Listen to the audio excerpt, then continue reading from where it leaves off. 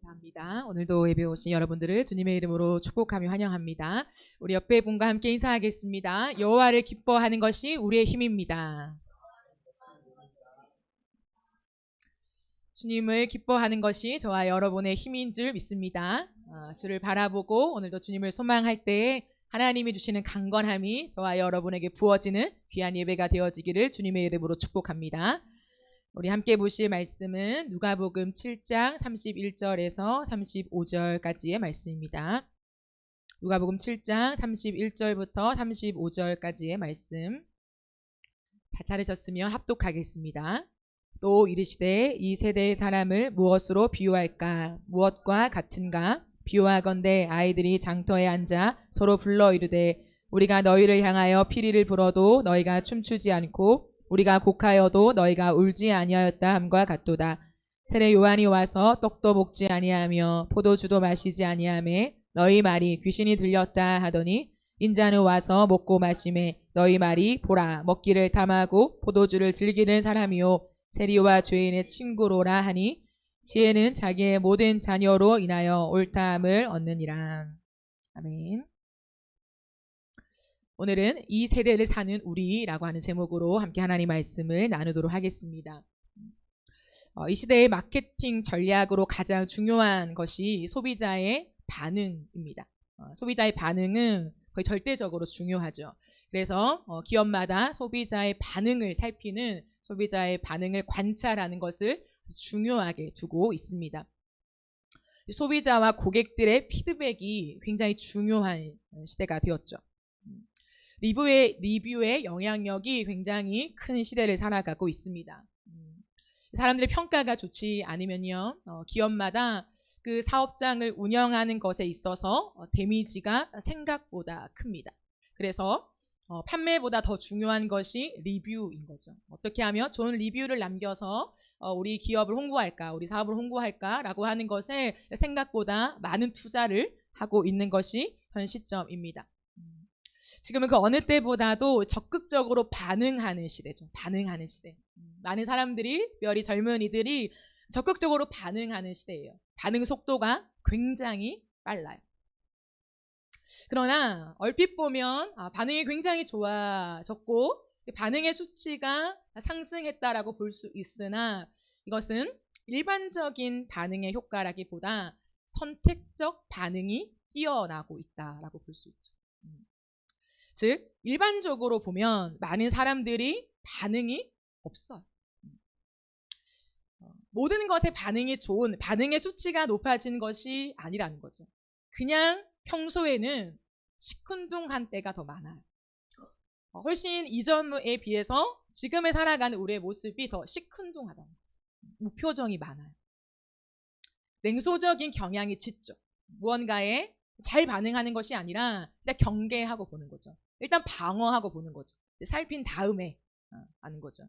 그러므로 내가 원하는 것에 적극적으로 반응하는 시대. 이걸 저는 선택적 반응이라고 부르고 싶습니다. 선택적 반응이 더 극단으로 가는 시대에 저와 여러분이 살고 있어요. 내가 좋으면 곧바로 구독을 하고 좋아요를 누르죠. 그러나 내가 싫으면 구독을 취소하고 곧바로 마파를 취소해버려요. 내가 원하는 것이 기준이 되어서 그 반응의 형태가 드러나게 되는 거죠. 그러므로 내가 원하면 거리도 뛰어넘습니다. 거리가 중요한 시대는 아니에요. 예전에는 거리가 되게 중요했잖아요. 지금은 거리가 중요하지 않습니다. 내가 원하면 서울에서도 지방까지 가요. 지방에 있는 사람들도 서울까지 올라옵니다. 해외까지 나가요. 거리가 문제가 아니라 내가 거기에 관심이 있는가, 내가 거기에 끌리는가, 내가 원하는가에 따라서 모든 것을 초월할 수 있게 된다는 거죠. 내가 원하면 가격도 뛰어넘어요. 비싼 구입 제품도 구입하게 된다는 거죠. 정말 원하면 그것을 위해서 알바를 하죠. 그것을 사기 위해서 돈을 번다는 거죠. 그 정도까지 내 기호에 따라서 돈도 뛰어넘을 수 있는 그 반응을 하는 시대에 살고 있습니다. 뿐만 아니라 사람과의 관계도 마찬가지죠. 내가 잘 모르는 사람, 낯선 사람, 처음 보고 어떠한 걸음을 걸어왔는지 잘 모르지만 만났을 때 기호가 비슷해요. 일단 호감이 있어요. 그러면 그 사람에게 굉장히 반응하게 됩니다. 적극적으로 반응하게 됩니다. 내 생각과 비슷한 사람에게 굉장히 호의적이게 되죠. 반응을 해요. 그 사람의 말을 굉장히 경청하고요. 그 사람의 말끝마다 맞아. 뭔가 추임새를 넣고 리액션을 해주려고 해요. 왜요? 지금 당신의 말을 나 공감하고 있다는 거죠. 당신의 생각과 내 생각이 너무 비슷하다는 거죠. 나도 평소에 그 생각을 하고 자랐고 그 고민을 하고 자랐고 그 질문을 하고 자랐는데 너무 비슷하다는 거죠. 그러니까 리액션을 막 하고 싶은 거예요. 하라고 하지 않아도. 선택적 반응이죠. 그러니까 순식간에 내적 친밀감이 형성되어 버려요.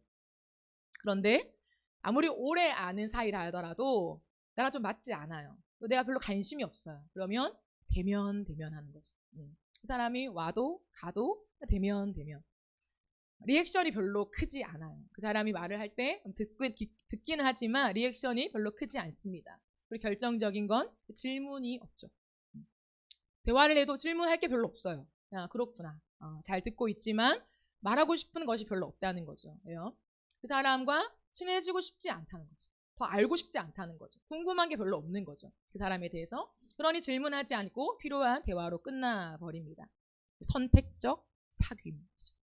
내가 원하는 사람만 사귀고 싶은 거. 종합해 볼 때 우리가 살아가는 이 시대는 반응 속도가 굉장히 빠르고 믿음의 양상이 격정적인 것처럼 보이지만 사실은 내가 원하는 것에만 반응하는 시대예요. 이것이 믿음과 고스란히 연결됩니다. 우리가 믿음 생활에 있어서도 내가 원하는 것에만 반응하는 양상이 두드러지게 나타나요.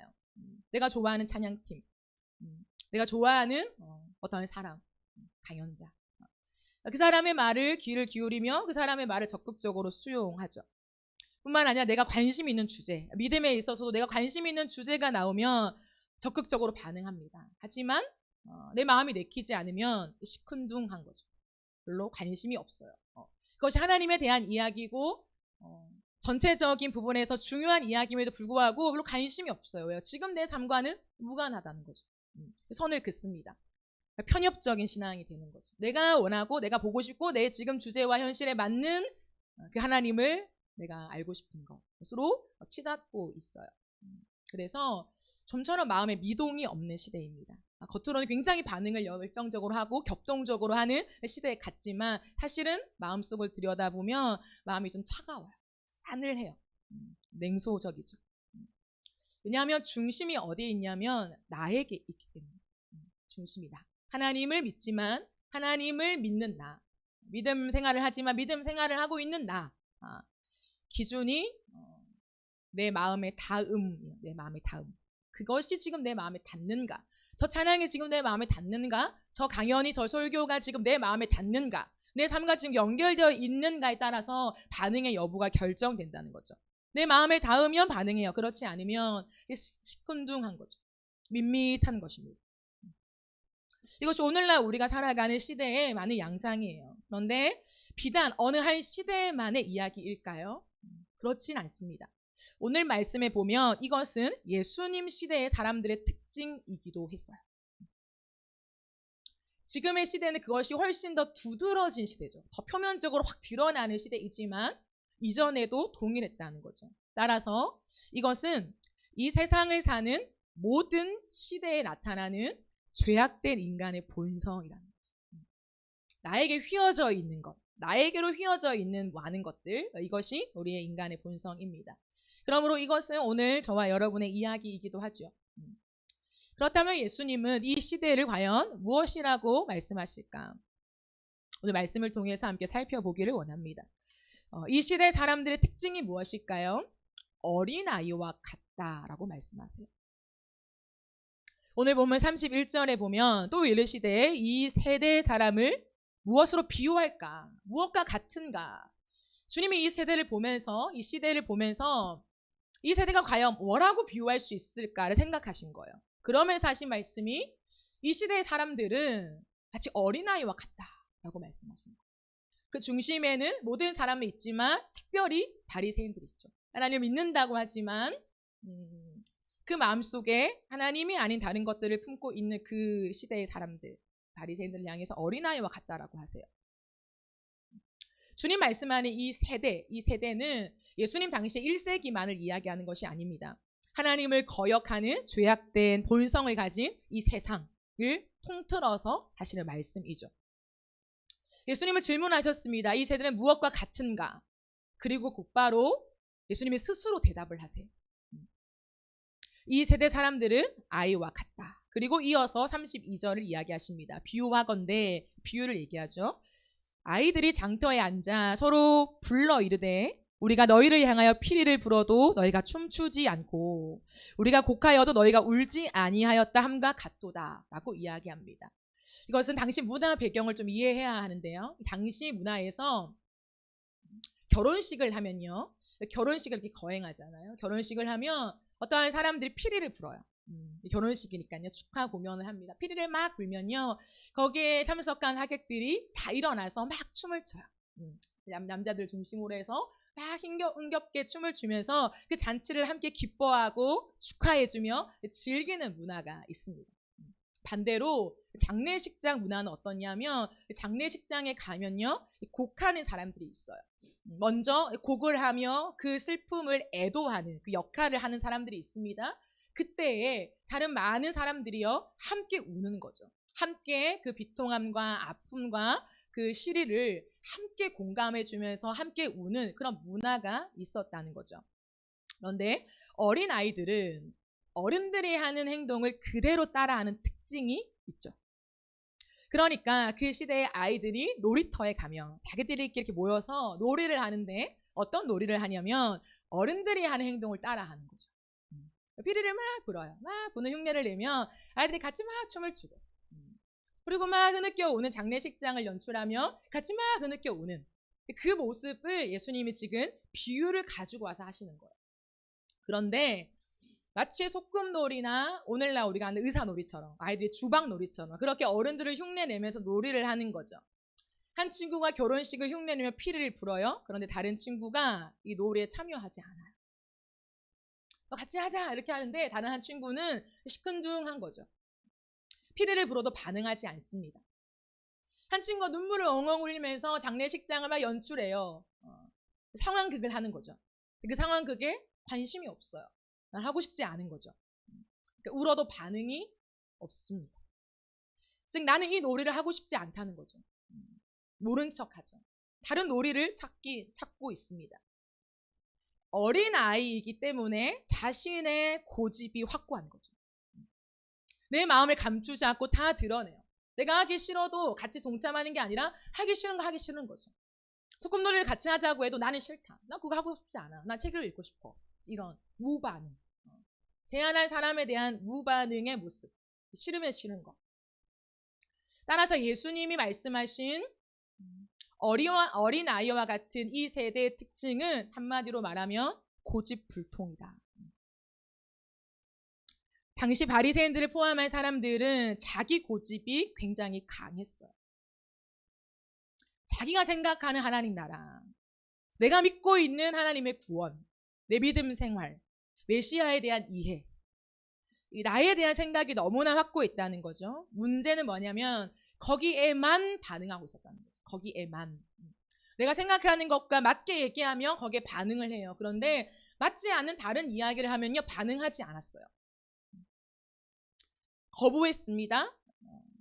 내가 생각하는 메시아의 모습이 분명히 있어요. 내가 공부했고, 내가 어릴 때부터 외웠고, 암송했고, 그렇게 대대로 가르쳐 왔던 그 메시아의 모습과 내가 진짜 보고 있는 예수님의 모습이 너무 상이한 거예요. 그러니까 어떻게 하냐면 무시해버리는 거죠. 그건 아니야.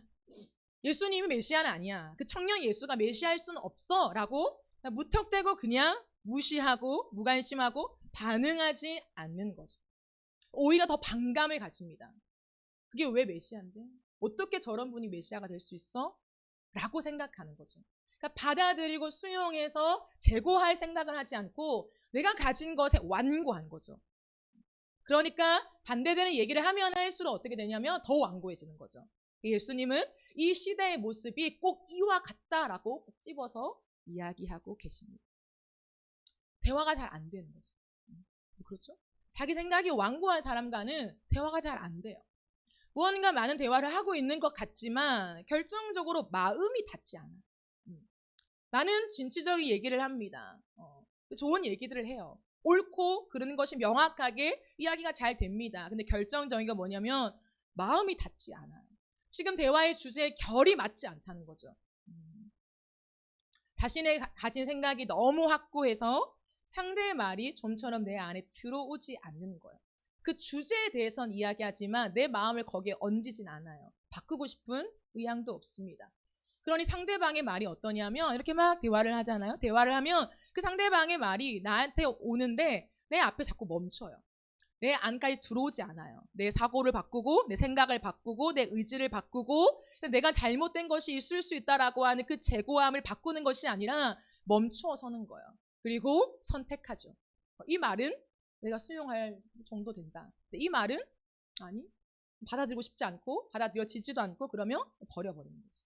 외면해버리는 거죠. 이것이 주님 말씀하시는 이 세대의 사람들의 모습이다라고 얘기하는 거. 마치 어린아이처럼 함께 할 줄 모르고 내가 싫은 건 싫은 거고 내가 좋은 건 좋은 거고 내가 먹고 싶으면 막 먹고 내가 먹기 싫으면 아예 안 먹고 이 어린아이와 같은 모습이 우리의 모습이다라고 주님이 말씀하십니다. 그러므로 이 고집불통 안에는 무엇이 있을까요? 삐뚤어진 마음이 있어요. 고집스럽게 완강하게 나를 방어하고 견고하게 내 성을 세우는 까닭은 무엇이냐면 내 안이 이미 삐뚤어져 있기 때문에. 우리 모두의 마음은 삐뚤어진 상태입니다.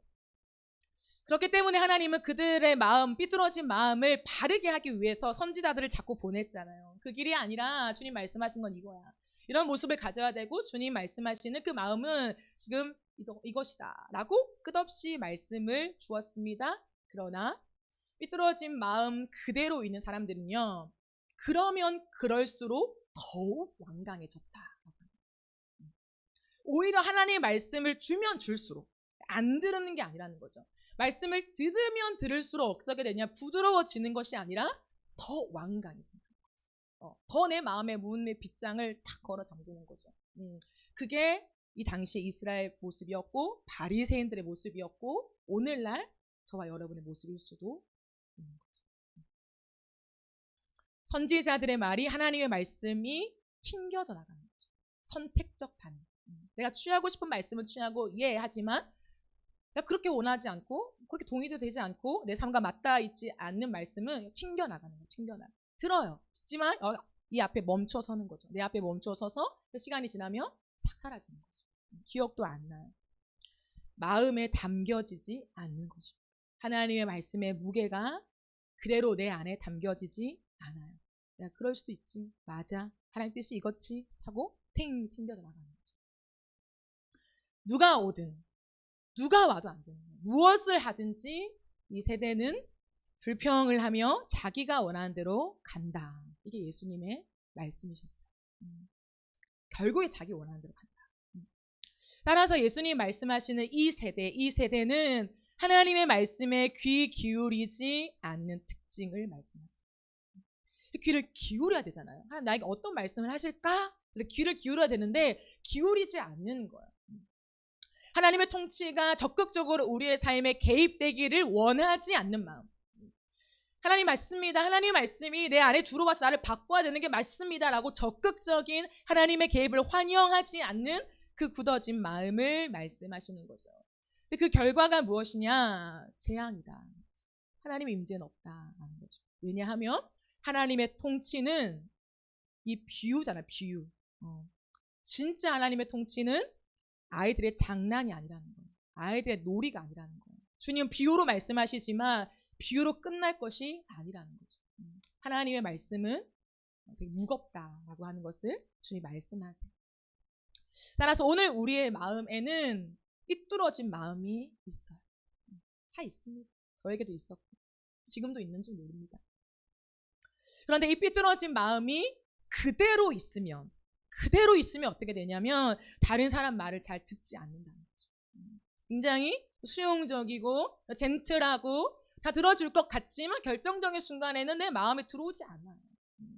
바뀌지 않는다는 거죠. 심지어 하나님의 말씀도 선택적으로 수용해가는 이 길을 계속 지속하게 되는 것입니다. 33절 34절에 보면요, 이렇게 말씀하세요. 세례 요한이 와서 떡도 먹지 아니하며 포도주도 마시지 아니하니 너희 말이 귀신이 들렸다 하더니, 인자가 와서, 예수님을 말합니다. 인자가 와서 먹고 마시니까 너희 말이 보라, 먹기를 탐하고 포도주를 즐기는 사람이요 세리와 죄인의 친구다, 비아냥거리는 거죠. 이게 도대체 무슨 말일까요? 똑같이 떡을 먹느냐 먹지 않느냐, 포도주를 마시냐 마시지 않느냐의 문제인데, 세례 요한에게는 안 마시고 절제하고 광야에 살아가니까 귀신 들렸냐? 라고 비난하고 있다는 거죠. 근데 예수님이 와서 떡도 먹고 포도주를 마시니까 뭐라고 하냐면 세리와 죄인의 친구다. 어떻게 이러한 비경건한 행동을 할 수 있냐? 라고 비난한다는 거죠. 어떤 마음의 상태를 얘기하고 있는 것입니까? 이래도 저래도 싫다는 거예요. 사실은 이유가 필요한 거지 내가 받아들이고 싶진 않다는 거죠. 얘는 이래서 이렇고 쟤는 저래서 그렇고, 그러니까 절대로 내 마음에 수용할 여유가 없다는 거죠. 다 이유가 있죠. 왜냐하면 내 생각 위에 서 있기 때문이죠. 내 생각. 그러니 어떤 말을 해도 이게 튕겨져 나갑니다. 나의 변명이 많죠. 자기 변명으로 갑니다. 내가 왜 그러냐면 이런 이유가 있어.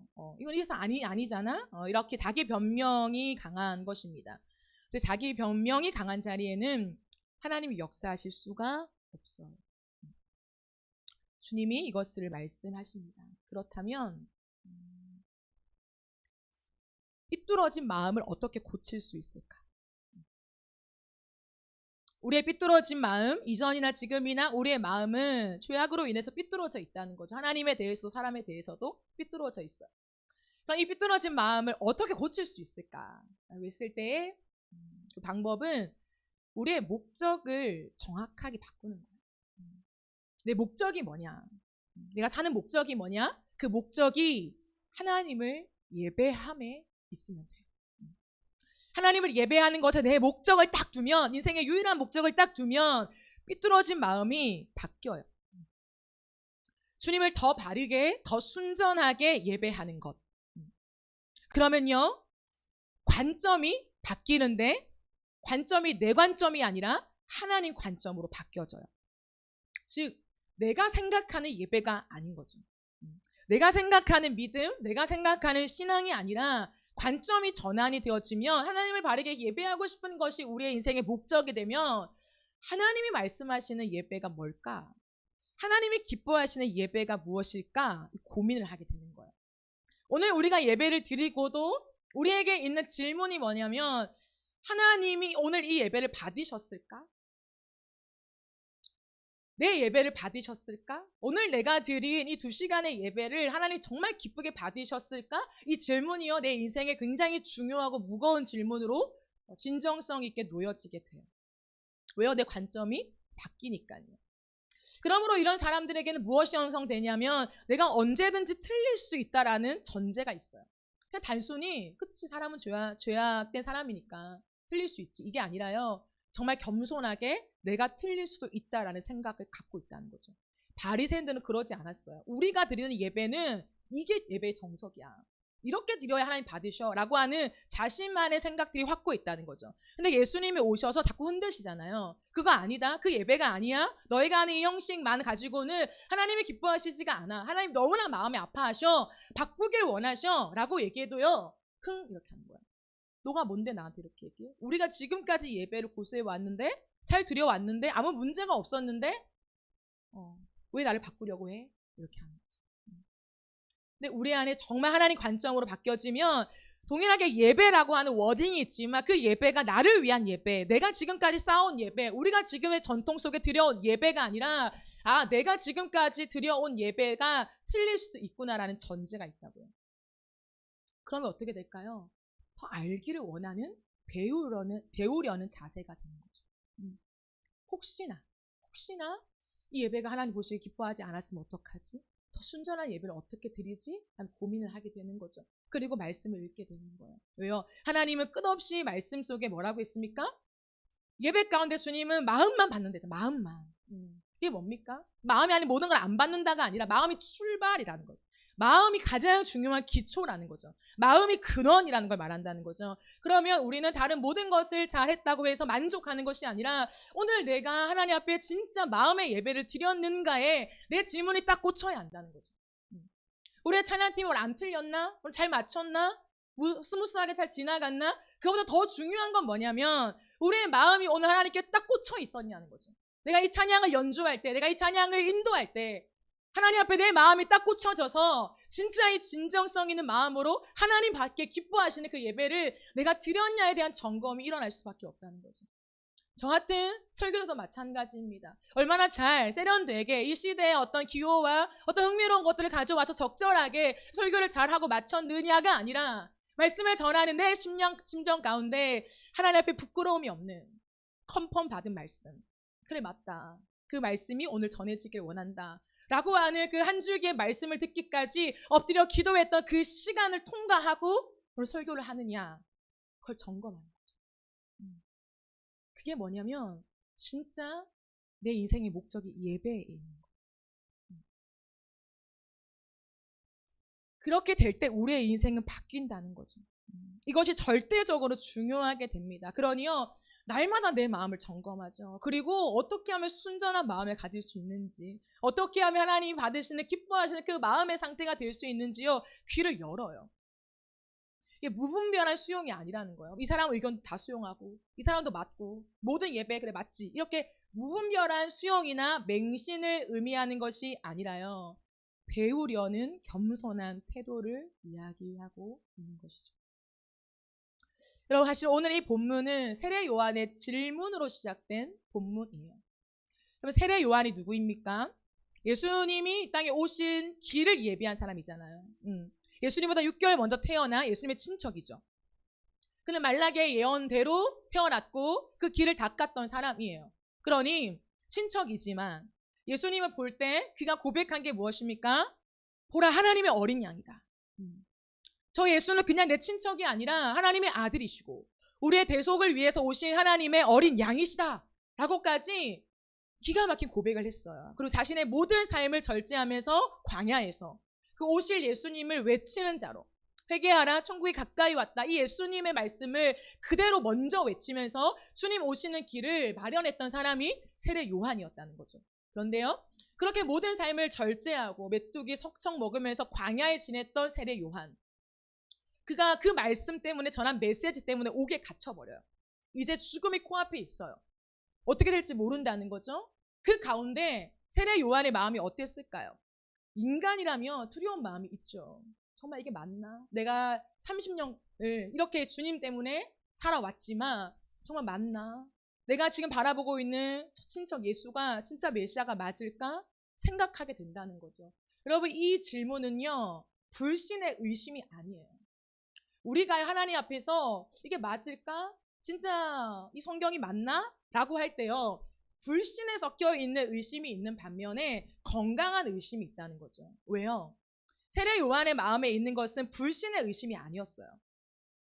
근데 왜 갑자기 죽음을 앞두고 이 질문을 하는가? 세례 요한은 질문했거든요. 정말 내가 믿고 있는 저 예수님 메시아가 맞나? 아니면 어떡하지? 아니면 내가 다른 일을 기다려야 되는데, 이 생각을 했어요. 그래서 옥에서 자신의 제자를 예수님께 보내서 이 질문을 하게 하라. 그리고 질문에 대한 대답을 가지고 오라라고 하고 했어요. 자신의 인생에 지금 너무 중요한 거죠. 왜 이 질문을 했냐면 불신이 아니라 불안정한 자신의 믿음에 대한 인정이에요. 우리는 언제나 내가 틀릴 수도 있다는 생각을 가져야 돼요. 그죠? 세례 요한은 마지막으로 그 옥에서 정말 내가 믿고 따르고 전하고 마지막 이 목숨까지도 이 메시지를 위해서 내가 타협할 여지가 없는 그 메시아가 청년 예수가 맞냐, 한 번 더 하나님 앞에 확인받고 싶었던 거. 저는 이걸 겸손함이라고 읽습니다. 왜냐하면 예수님의 반응이 그랬거든요. 예수님이 뭐라고 하냐면, 어떻게 의심할 수 있어? 어떻게 이렇게 말할 수 있어? 아니, 동문서답하시거나 다른 말씀하신 것이 아니라 예수님의 대답은 무엇이었냐면, 지금 내가 하고 있는 것을 세례 요한에게 고스란히 전해줘라, 이 말씀하는 거예요. 이게 무슨 말일까요? 세례 요한은 왜 이 의심이 들었냐면 자기가 생각하는 메시아, 지금 유대인이 쫙 깔려있는 유대인 모두가 생각하는 건 뭐냐면 메시아는 우리의 심판주로 오신다 이거였어요. 메시아는 심판주이기 때문에 와서 정치적으로 로마를 잘못된 것을 주님이 분명하게 드러내시고 이스라엘 편을 들어줄 거라고 생각했다는 거죠. 그 메시아에 대한 관이 있었다는 거예요. 근데 세례 요한이 그 말씀을 전하는데 감옥에 갇혔어요. 아무 일도 일어나지 않아요. 오히려 로마가 이 많은 유대인들이 자신의 죽음을 파리 목숨처럼 여기는 거예요. 이 상황 앞에서 과연 메시아가 맞나? 아닌가? 다시 한번 그 재고하는 마음들이 있었다는 거죠. 그때 예수님께서 뭐라고 하시냐면 가서 내가 지금 하고 있는 것을 말하라. 예수님 뭘 하고 계셨습니까? 귀가 안 들린 사람을 치유하셔서 귀가 들리게 했고요. 앉아서 일어나지 못하는 사람을 치유하셔서 걷게 하셨고요. 많은 질병 가운데 억압당하 있는 많은 사람들을 풀어주는 일을 하셨다는 거죠. 그러니까 유대인들은 이해가 안 되는 거예요. 와서 왕으로 정치적인 어떤 인물로 지금의 이 시대의 구조를 바꾸고 시스템을 바꾸고 체계를 바꾸고 정치를 하면서 이 나라를 바꿔야 그게 메시아가 아닌가라고 하는데 예수님의 답변은 뭐냐면 한 사람 한 사람을 만나시면서 치유하신다는 거예요. 이 사람을 고치신다는 거예요. 이 일을 하고 있다는 거예요. 그런데 이 일을 하는 것을 가서 전하라고 하는 거예요. 세례 요한 어떻게 했을까요? 그걸 보고 믿어. 그리고 죽어. 이게 무슨 말일까요? 즉 주님 말씀하신 이 말씀은 이사야 예언이거든요. 이사야서에 메시아가 올 때에 주님이 회복하실 것들, 귀머거리가 듣게 되고 앉아 못 일어나는 사람들이 일어나게 될 것이고 모든 사람에게 자유의 은혜가 선포될 것이다. 이사야 35장, 61장 다 나와 있는 말씀이에요. 그러면 이 말씀이 성취된 것을 세례 요한은 안다는 거예요. 알죠? 근데 어떻게 할까요? 이거예요, 여러분. 메시아가 오셔서 하는 일이 뭐냐? 결정적으로 하고 싶은 일이 뭐냐? 정치를 바꾸거나 나라의 시스템을 바꾸거나 어떠한 재정비를 해서 월등하게 권력이 있는 나라로 바꾸고 싶으신 것이 아니라 모든 사람으로 하여금 하나님을 예배하게 하기 위해서 메시아가 오시는 거라는 것을 세례 요한은 알고 있어요. 그러니까 예수님이 하시는 이 일이 뭐라고요? 모든 사람들은 너는 예배 못해. 너는 귀머거리잖아. 너는 지금 장애가 있잖아. 너 같은 불견한 사람은 예배하지 못해. 라고 얘기하고 있는 그 사람들을 찾아가셔서 너 이제 예배할 수 있다. 너도 내 자녀다. 이 일을 하고 계신다는 거예요. 이 일을. 그러니 예수님은 메시아로 이 땅에 오셔서 하고 싶은 게 뭐냐면 모든 사람들이 예배 드릴 때 아니 너는 되고 너는 안 되고 이 예배는 맞고 이 예배는 틀렸어 라고 하는 모든 패러다임을 다 뒤엎으시면서 모든 자가 주님을 예배할 수 있다. 모든 사람이 하나님을 예배해야만 한다는 거예요. 근데 누구의 손을 거치면 예수 그리스도의 손을 거치면 그 이름만 있으면 모든 사람이 주님을 예배할 수 있다는 거예요. 그러면 세례 요한은 그것을 알고 있었습니다. 오늘 이 말씀은 그 맥락 속에 이어지는 거예요. 예수님이 오셔서 지금 우리는 예수님을 믿고 있어요. 그러나 예수님에 대해서 마음이 시큰둥해요. 열광적일 때는 열광적이지만 우리의 인생의 대부분은 시큰둥해요. 감격이 없어요. 기쁨이 없어요. 왜 그럴까요? 왜? 무감각한 이 시대 속에 왜 그러냐면 내 안에 진짜 목적이 주님을 예배하는 것이 아니기 때문에. 내 신앙, 내 믿음, 내 성장. 내가 조금 더 성장했나? 여전히 믿음을 운운하지만 내가 중심인 거예요. 하나님이 지금 나에게 뭐라고 말씀하실까? 내 인생에 대해서 뭐라고 말씀하실까? 중심이 뭐냐면 나인 거예요. 나.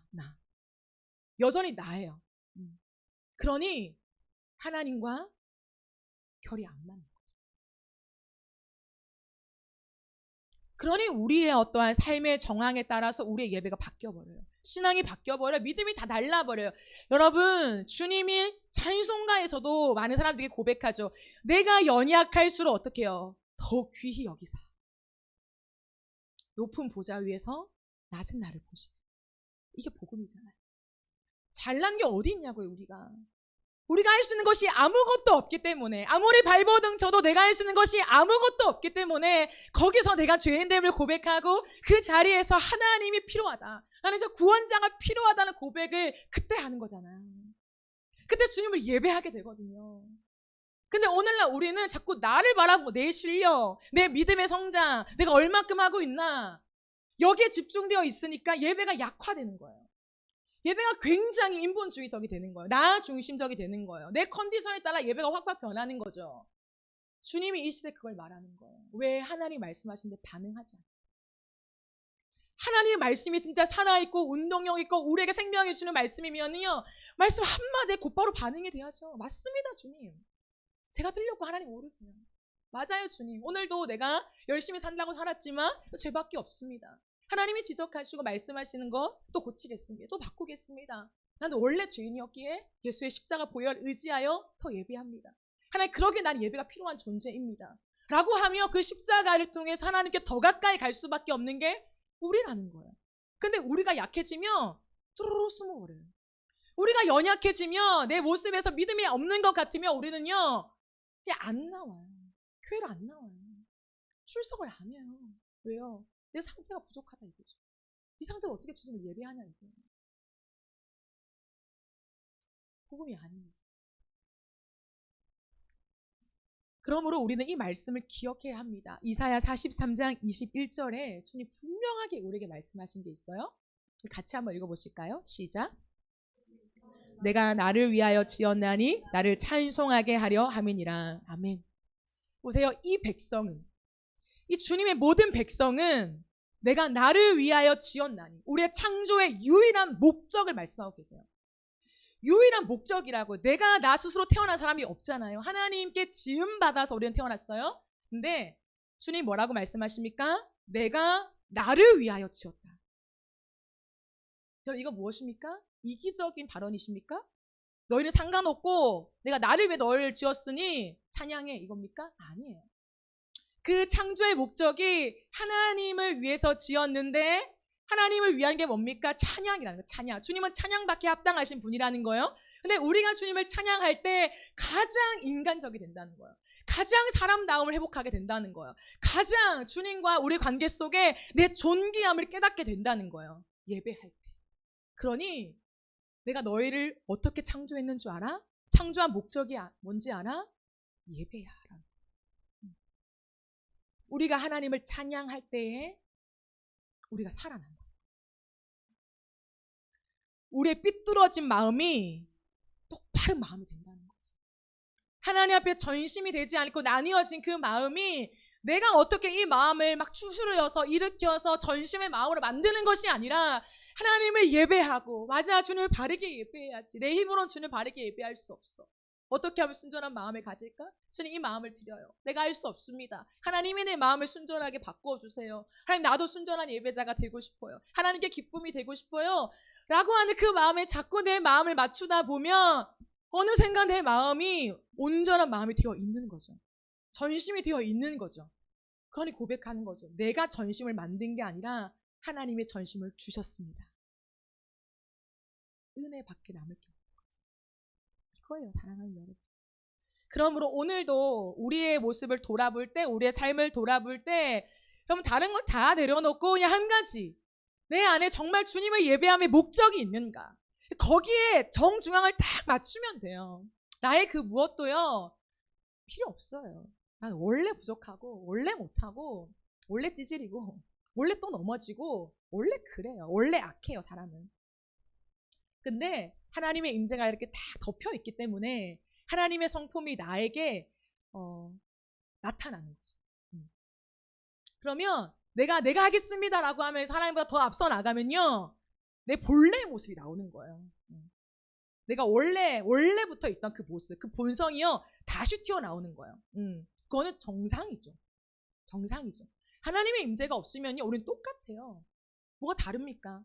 좀 나은 내 모습이 있나요? 아니요, 똑같아요. 똑같은 죄악된 그 죄악 덩어리, 너무 악하고 그런 모습이 그대로 있는 거죠. 근데 우리의 인생은 하나님의 임재가 계속 덮여서 계속 동행하고 동행하면요, 내 모습 속에 주님의 모습이요 계속 나오는 거예요. 계속 나타나는 거죠. 주님은 그 길을 같이 가자라고 말씀하시는 거예요. 이제 가봐. 이제 너 혼자 한번 자전거 타봐. 이렇게 말씀하시는 게 아니라고.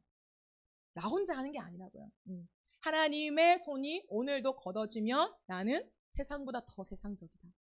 오늘도 교회 가운데 하나님의 임재가 걷어지면, 십자가의 은혜에 대한, 공로에 대한 진짜 순전한 고백이 걷어지면 교회가 세상보다 더 세상적이다. 그걸 인정하는 거죠. 저는 인정합니다. 내가 더 악할 수 있으니, 여러분보다 더 믿음의 후퇴를 할 수 있으니 언제든지 주의하고 있어요. 왜? 내가 하는 것이 아니니까.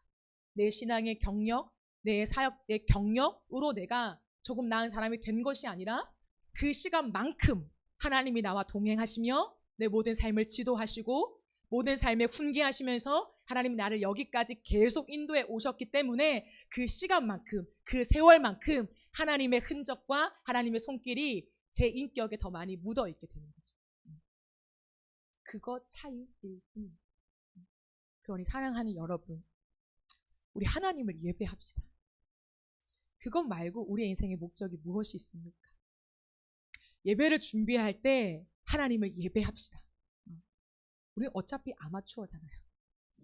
대충 하자는 말 절대 아닙니다. 공교함이 너무 중요해요. 그런데요, 그 공교함이 어디서 나와야 되냐면 하나님을 예배함의 마음에서 나와야 돼요. 그 마음이 없다면 기타 한 대로 오늘 예배하자, 이게 나아요. 그 마음이 전혀 준비가 되어 있지 않으면요, 그냥 오늘은 우리가 다 내려놓고 그냥 기타 한 대로 예배하면서 우리의 전심을 하나님께 드립시다. 다시 한번 우리의 마음을 좀 새롭게 해봅시다. 하나님, 우리의 전심을 원하잖아요. 근데 우리가 부족해서 다 할 수 없으니 오늘은 그렇게 해봅시다. 이게 바른 예배라고 저는 생각해요. 하나님 앞에 그 예배를 함께 고민할 수 있는 사람. 뜨겁고 화려하고 풍성한 예배도 좋죠. 양극단으로 갈 수 없습니다. 기타 한 대로 치면 순전하고 풀세션으로 하면 덜 순전하고 그런 건 아니죠. 기타 한 대로 예배해도요 순전하지 않을 수 있어요. 어떤 모양이 아니라는 거죠. 우리가 항상 하나님 앞에서 우리의 마음을 점검하고 내 익숙함을 걷어내고 내가 하고 싶은 변명과 나의 어떤 주장들을 내려놓고 하나님 앞에서, 하나님 그렇습니다. 내가 더 알길 원해요. 저 아직 부족합니다. 하나님의 은혜 없이는 예배할 수 없고 바른 예배자가 될 수 없고 바른 길을 걸어갈 수가 없고 제일 중요한 것은 아무런 의미가 없습니다. 저의 고백이 설교 잘해서 뭐하게, 유명해지면 뭐하게, 우리 교회가 커지면 뭐하게, 사람들이 오면 뭐하게, 뭐 하려고, 잘해서 뭐 하려고, 우리 채널팀이 잘해져서 뭐 하려고, 이 질문을 끝없이 해요. 뭐 하려고? 하나님을 더 바르게 예배하고 싶어서. 그것이 없다면요 엉뚱한 길로 가요. 하나님을 예배한다라고 하는 빌미를 가지고요 자꾸 나를 채우는 거예요. 내 의, 내가 잘하고 있어, 나를 가득 채우는 거예요. 그러니까요 예배를 드리고 풍성해도 임재가 없는 거예요. 그 임재가 약한 거죠. 예배가 끝나면 내 맘대로 살아요. 또 내 고집대로 살아요. 고집불통이 그대로예요. 삶이 변하지가 않는 거죠. 그러니 하나님이 슬퍼하시죠. 사랑하는 여러분, 이 시대 속에 다양함을 가지는 거 필요합니다. 하나님이 허용하신 거잖아요, 이 시대에. 그러므로 모든 것을 다 취할 수 있어요. 예배의 다양한 형태도 마찬가지고 그러나 우리가 중심에 둬야 될 게 뭐냐면 마음이다. 하나님 보시기에 오늘 내 마음이 순전한다. 그러므로 주님의 기쁨이 되는가, 이 질문이요 우리의 안을 꽉 쥐고 갔으면 좋겠어요. 그것만 있으면 하나님이 우리의 예배 가운데 우리의 삐뚤어진 마음을 바르게 하시고, 하나님이 우리의 죽은 영을 살리시고, 하나님이 우리의 약함을 강하게 하시고, 하나님이 흐려져 있던 우리의 시야를 확 밝히시면서 어디로 가야 될지를 딱 보게 하시는 하나님의 은혜가 있다는 거예요. 하나님이 하시는 거예요. 하나님이. 우리가 하는 게 아니라고요. 순전함만 있으면, 마음만 있으면 그 예배가 살아나요. 그 예배가 살아나면서 하나님이 우리를 확 일으키시고 하나님을 향한 경배 가운데 내가 즐거워지잖아요. 내가 기쁘잖아요. 여러분, 충만한 예배를 드리면 누가 제일 기뻐요? 누가요? 옆 사람이요? 아니요, 내가요, 내가. 내가 너무 좋아서 어쩔 줄 모르고 표정이 막 살아나고요. 삶에서 뭔가 해볼까? 막 일으켜지는 거예요. 같이 성경을 읽어볼까? 회사에서 이렇게 해볼까? 이런 마음이 막 일으켜지는 거예요. 근데 그게 안 돼. 은혜가 없으니까 무거운 짐을 지고 가. 내일 또 회사 출근해서 어떻게 살아갈까? 주님 너무나 고단합니다. 이거밖에 안 되는 거예요. 오늘 찬양했잖아요. 주를 앙망하는 자 어떻게 해요? 올라가. 독수리 같이. 이사야 40장의 말씀 아닙니까? 그 말씀이 우리에게 적용되어지면서 오직 여호와를 앙망하는 자에게 새 힘을 더하시는, 독수리가 날개쳐 올라가는, 독수리가 팍 올라간다니까요. 비상하잖아요. 그 올라감 같이 하실 것이요. 다른 막자 하여도 곤비하지 아니하겠고 걸어가도 피곤하지 아니하리로다. 여러분, 하나님이 이 힘을요 우리에게 주십니다. 그 은혜가 그 순전함에서 나오는 거죠. 제가 오늘 찬양을 들으면서 그 생각했어요. 오늘 설교가 찬양이구나. 그 은혜가 있다니까요. 왜냐하면 그 사람이 대단해서가 아니라 성령이 예배를 주장하시기 때문이에요. 나의 예배도 아니고 찬양 인도자의 예배도 아니에요. 그 누구의 예배도 아니에요. 그런데 하나님이 주장하시는 예배이기 때문에 그 예배에 마음이 딱 꽂혀 있으면요, 설교와 찬양과 대표 기도와 모든 순서가요 딱딱 맞아 떨어지는 거예요. 그래서 우리도 확인하는 거죠. 아, 내가 하는 게 아니구나. 내가 교회를 운영하는 게 아니고 내가 예배를 끌고 가는 게 아니라 보이지 않지만 살아계셔서 이 예배의 유일한 주인 되시는 하나님이, 받기 합당한 예배를 하나님이 인도하시는 거구나.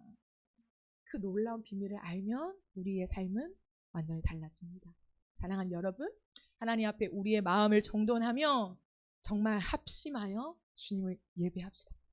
그 순전한 예배 가지고 하나님이 받으시는 내 만족의 예배 다 버려버리고 하나님이 받으시는 그 예배만을 향하여서 우리의 모든 연약함을 다 일으켜 세우면서 합심하여 주 예배함으로 이곳 가운데 또한 저와 여러분의 삶 속에서 하나님의 임재가 가득 덮이는 그 영광, 그 찬란한 영광, 그 기쁨, 그 희열, 그 감격, 그 놀라운 새 힘이 저와 여러분에게 계속해서 주어지는 예배자의 삶이 되어지기를 주님의 이름으로 축복합니다. 우리 함께 찬양하며 기도하겠습니다.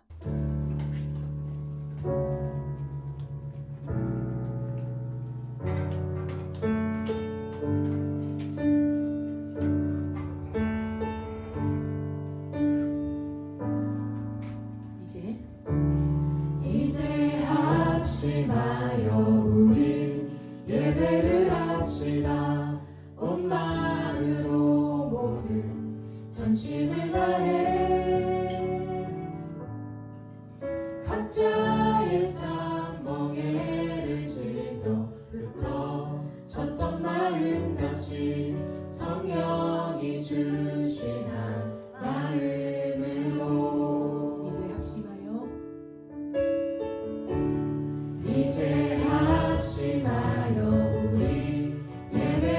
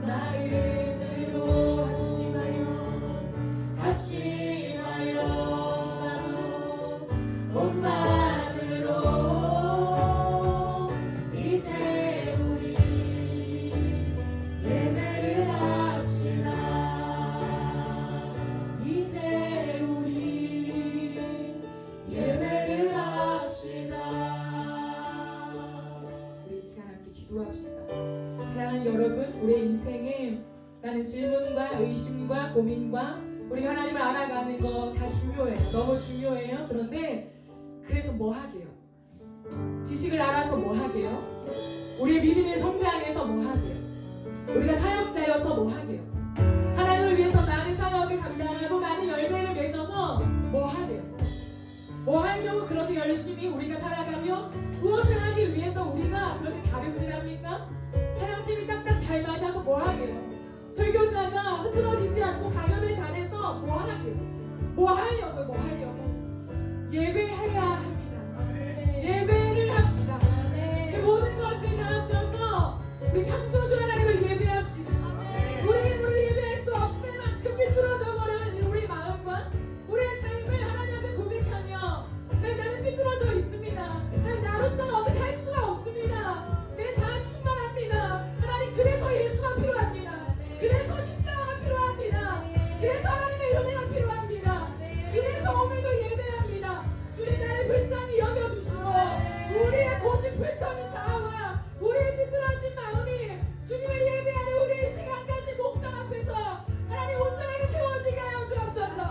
우리의 구제불능인 인생을 회복시켜 주시고 하나님만을 예배할 수 있도록 선택적 반응이 아니라 절대적인 반응으로 하나님 말씀 앞에 순복할 수 있도록 성령의 기름을 부어 주시옵소서. 주의 시간이 나옵니다.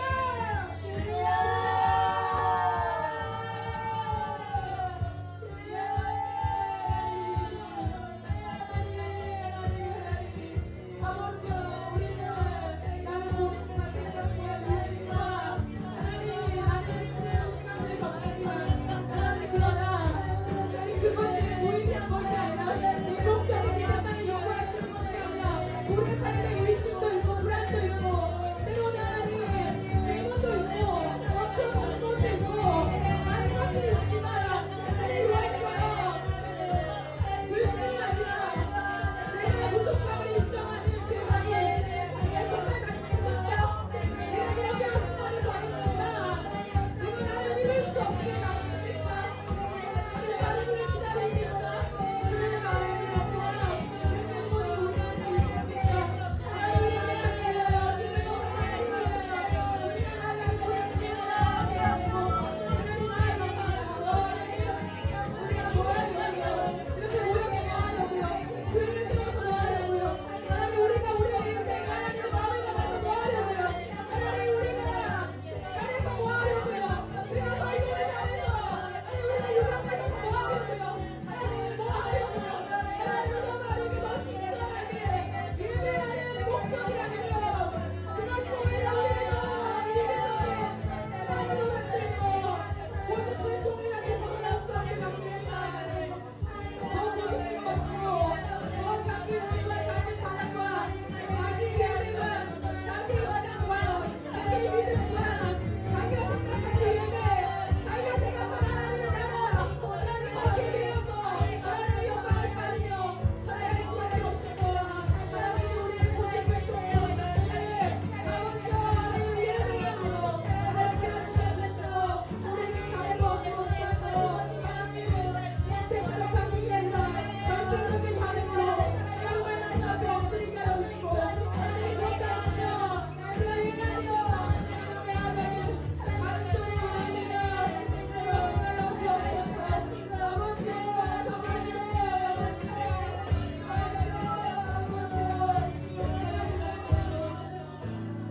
사랑하는 여러분, 우리 한 가지 더 기도합시다. 이 세대를 사는 우리, 여전히 고집불통이고 여전히 선택적 반응이 더 극적으로 드러나고 있는 이 현 시대 가운데 살아가는 우리에게 필요한 것은 예배 가운데 전심을 사수하는 것입니다. 그럼 이것은 고집이 아니에요. 믿음인 거죠. 믿음으로 그 마음을 사수해 가는 사람들이, 그 사람들이 저와 여러분이 되어지기를 원합니다.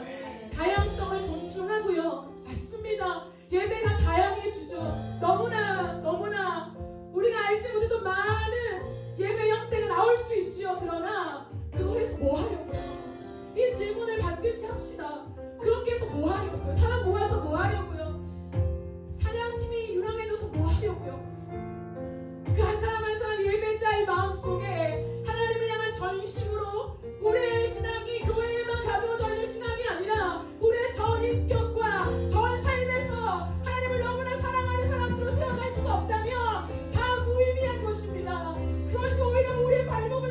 뿐이에요. 이 시간 기도하며 나갈 때에 하나님 교회 안에만 있는 신앙이 되지 않기를 원합니다.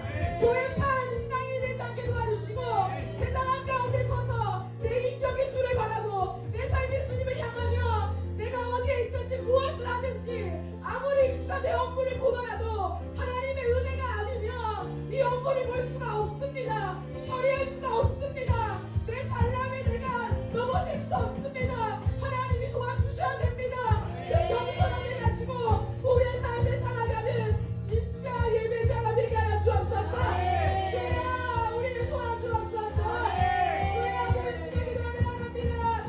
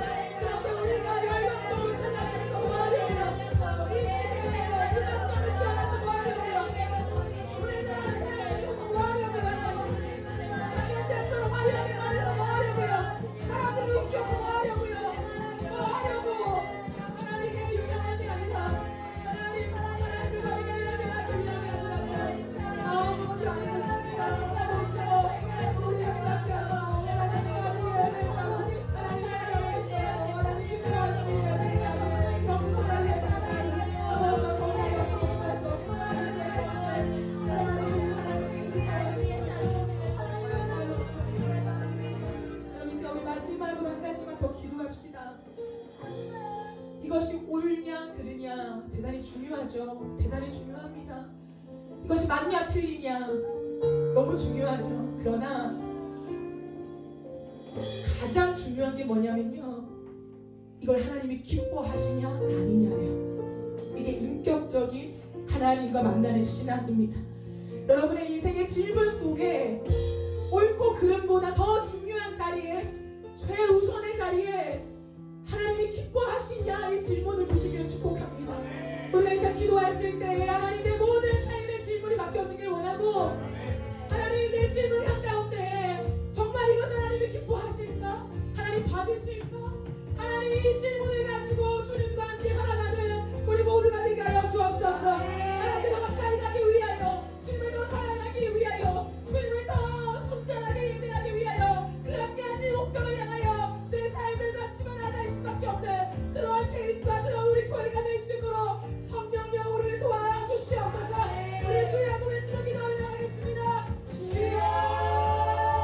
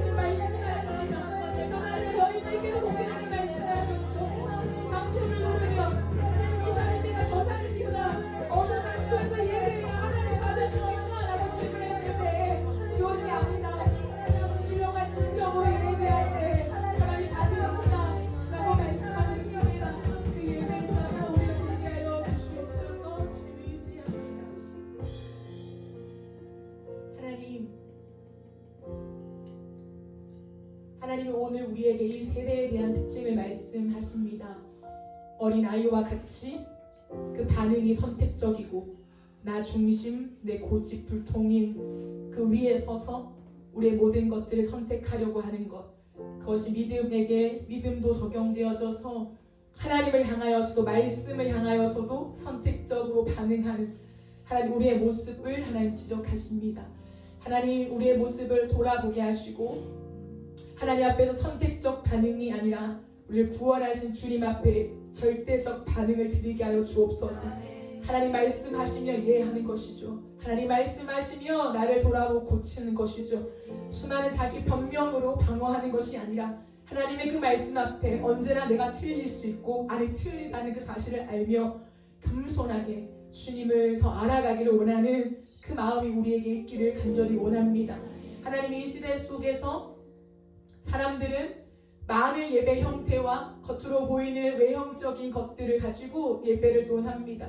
그것이 무의미한 건 아니지만 더 중요한 것은 어떠한 형태와 양상이 아니라 하나님 받으시는 그 전심이 있는가, 하나님 정말 기뻐하시는가, 하나님 그것을 끝없이 말씀을 통하여 확인하고 그 말씀으로 점검하고 말씀을 나는 끝없이 비추어 보면서 하나님 가야 하는 것이죠. 우리가 그런 예배자가 되게 하여 주시옵소서. 끝없이 하나님 이 시대에도 사마리아 여인처럼 하나님 이 장소입니까 저 장소입니까, 하나님 이것입니까 저것입니까, 하나님 이 정도면 괜찮지 않습니까? 라고 하는 그 어리석은 질문이 아니라 주님이 그 여인에게 다가오셔서 이 산도 아니고 저 산도 아니고 아버지를 예배할 때가 왔는데 신령과 진정으로 예배하는 이것이 하나님 받으시는 예배다. 그 말씀하신 그 예배, 오직 예수 그리스도를 통하여 예배하는 예배, 전심의 예배, 하나님 그 예배가 오늘날 우리 가운데 살아있게 하여 주시옵소서. 하나님 받으셔서 우리의 삶이 예배할 수밖에 없는 자로 바꾸시며 삐뚤어진 마음을 다 교정하셔서 내가 어디에 서 있든지 내가 이만큼 하면 괜찮지 않을까가 아니라 하나님이 기뻐하시는, 더 기뻐하시는 그 길을 향하여 나아가고 싶은, 더 갈망하며 나아가고 싶은 하나님 끝없는 우리의 사랑이 하나님 앞에 드림받아지는 우리의 삶의 한가운데 될 수 있도록 축복하여 주시옵소서. 시원하게 살아가는 가정과 직장 한복판에서도 하나님이 함께 하십니다. 하나님이 함께 하시지 아니하시며 내가 그 일을 할 수 없습니다. 돈을 벌 수 없습니다. 하나님 그것을 인정하며